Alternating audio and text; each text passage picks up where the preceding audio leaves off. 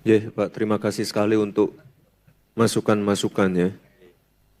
Ini tadi habis panen ya, Pak, kita notice beberapa apa tanamannya beda varietas. Nanti mohon diseragamkan dan tadi masukan-masukan dari para pelaku-pelaku, para petani ini mohon ditindaklanjuti. Kan Pak Menteri sudah bisa menyelesaikan masalah beras nih. Nah ini kita lanjut ke tebu, jagung, dan lain-lain. Saya kira permasalahannya hampir mirip-mirip. Nah nanti untuk masalah harga lelang, masalah hama, masalah pompanisasi, masalah rendemen, ini mohon nanti bisa diselesaikan ya Pak ya. Saya kira ini bisalah, kemarin beras bisa, tebu juga bisa, apalagi dari Pak Presiden sudah memberikan arahan instruksi secara langsung. Dan untuk masalah kur tani ya Pak, nanti Pak Menteri aja yang menjelaskan. Ini ada ya berita baik lah terkait kur tani. Saya titip juga Pak Wagub, ada Pak Bupati tadi. Saya titip nanti, ini kan proses sebelum launching Koperasi Merah Putih kan Badan Hukum Koperasi-Koperasinya kan sudah diproses nggih Pak nggih. Jadi nanti saya mohon nanti para petani, terutama yang petani tebu nanti bisa terfasilitasi juga. Pak Menteri mohon ini Pak dijelaskan yang masalah kur tani tadi Pak, yang kita bahas tadi Pak. Nah.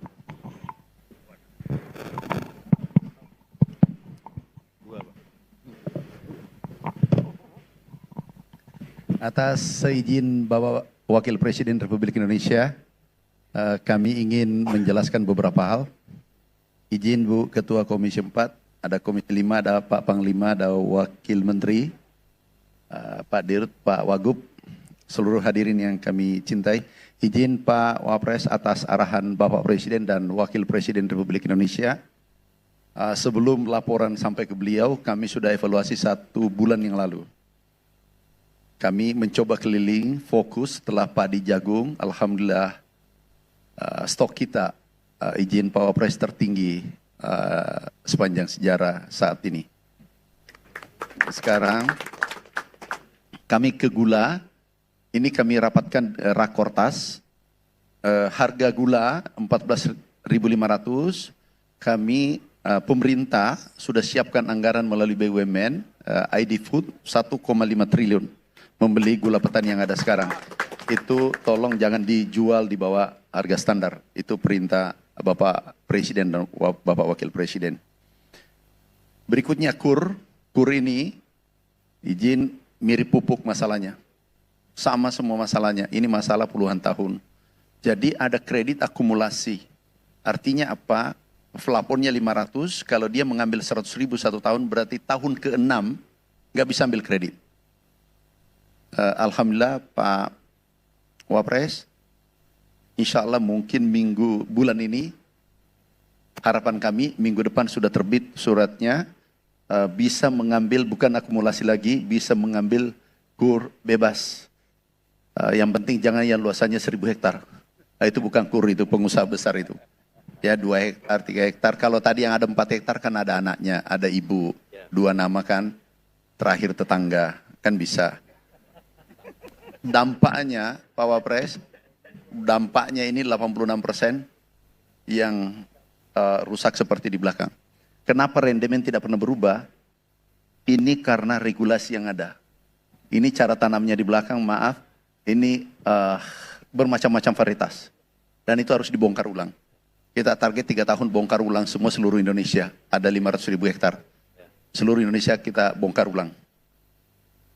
Kemudian pupuk tidak masalah, saya kira. Kemudian harga kita sudah tetapkan 14.500. Pompa, tetapi ya. Pak siapa namanya? Pak Jenuri, terima kasih dulu baru minta lagi. Oke. Karena Ibu Ketua juga ada di samping saya, jadi saya hati-hati sekali menjanji. Kalau pompa ada. Sekarang bisa izin Pak Wapres, ada pompa sekarang. Ini bisa nanti. Oh, sumurnya lagi.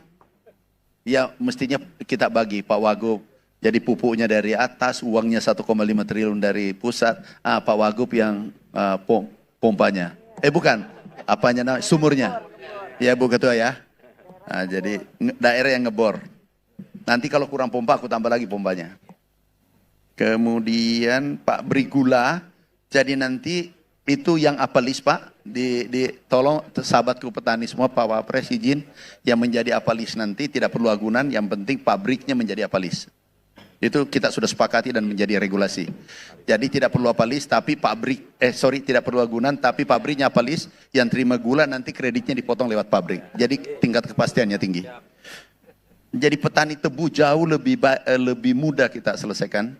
Karena dia nilainya cukup baik. Keuntungannya cukup baik dibanding padi. Kemudian subsidi. Petani tebu mau buat sendiri silakan. Pak Dirut Pupuk silakan Pak. Buat kelompok petani tebu sendiri silakan. Silakan aja, silakan. Izin Pak Wapres saya putusin silakan karena ini kelompok tani. Kalau agak di atasnya sedikit Pak Wapres tapi hanya membentuk kelompok tani. Saya kira sudahlah terserah Bapak. Yang penting produksinya bagus, enggak usah. Terserah Bapak. Yang penting produksinya naik. Izin Pak Wapres, insya Allah kalau white sugar ada keyakinan kami tahun depan. Tapi dengan gula industri mungkin 3-4 tahun. Ini puluhan tahun. Nah ada yang menarik Pak Wapres.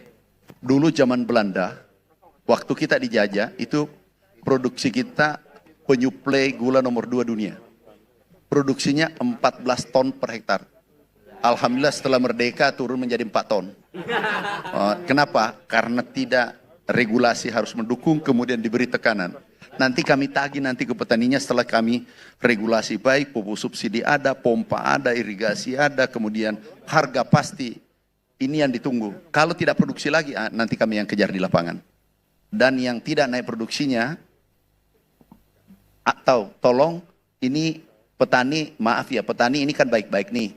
Jangan yang menjadi penjamin adalah pabrik A, tapi jualnya setelah panen ke pabrik B. Kalau itu terjadi, pupuk subsidinya pasti kami cabut. Tapi tidak ada di sini, tidak ada petani dari luar negeri. Jauh dari pabrik Pak sini, dari pabrik lain jauh sini. Oh jauh, berarti aman ya. Berapa pabrik di sini? Oh aman.